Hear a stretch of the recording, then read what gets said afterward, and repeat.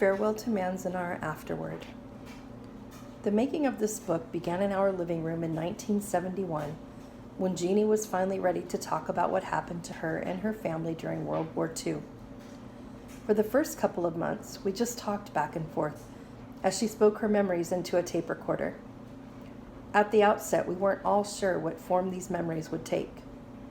The original goal was a short recollection for the immediate relatives and for our 36 nieces and nephews, some of whom were born at Manzanar yet knew almost nothing about the experience. A year later, it had become much more than that. Even so, at the time, we could not have imagined that a family story based on these memories would have such a long life and eventually find its way into classrooms all across the country. It has been deeply gratifying to see the audience for this book continue to grow, and meanwhile we have watched with fascination as perceptions of the material have changed with time. Each reader brings to such a story his or her own particular history. When it was first published in the early 1970s, we often heard comments such as, "It's too bad the Japanese got locked up, but that's what happens in wartime. After all, what do you expect? Didn't your people do the same thing to our soldiers, putting them in those terrible camps over there in the Philippines?" We would then have to explain the difference. And it is a profound difference, which takes a lot of explaining. But it goes to the very heart of the matter. Most of the Americans interned in the Philippines were military personnel captured in an overseas combat zone, prisoners of war being held by enemy troops. Most of those interned in the United States were native-born American citizens. They were all civilians, imprisoned inside the borders of their own country, without a trial, and their captors were other Americans. Since this book came out, more than a quarter of a century has passed. World War II is that much further behind us, and such comments aren't heard so much anymore. For new generations of readers, this story is often their first exposure to the wartime internment and its human costs. And as our society becomes ever more diverse, more and more people bring their own immigrant experience to the reading. We have found that for many young readers, this book offers more than a window into a telling episode in American history. In Ko and Riku Wakatsuki, they often see something of their parents or grandparents who had to contend with great challenges to reach the United States, and once they arrived, struggled to find a place in a new land.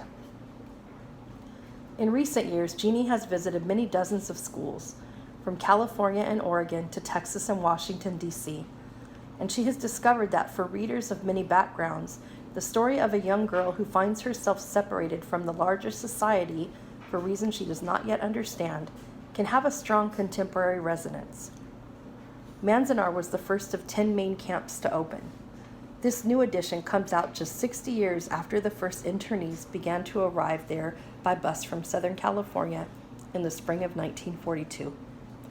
It comes out 50 years after Congress passed Public Law 514 in 1952, which overturned restrictive federal policies, making it possible for immigrants of Asian ancestry, like Ko, to naturalize as U.S. citizens.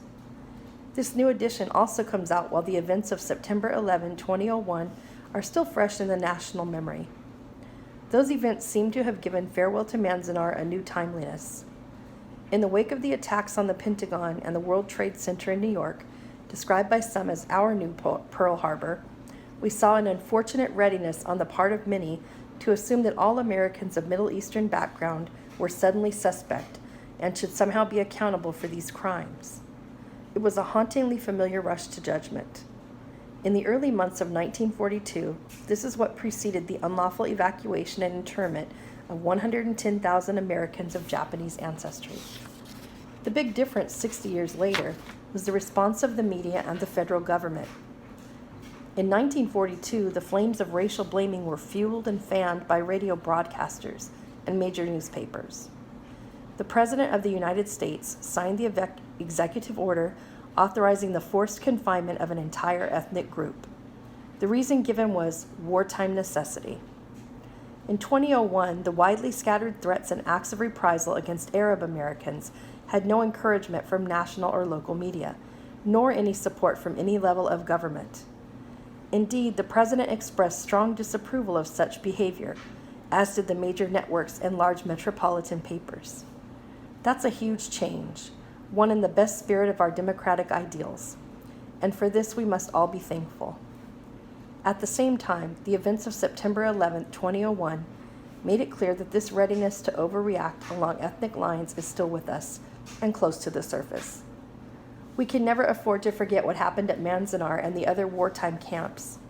Those events remind us that this lesson must be learned and learned and learned again. Jeannie Wakatsuki Houston and James D. Houston, Santa Cruz, California, October 2001.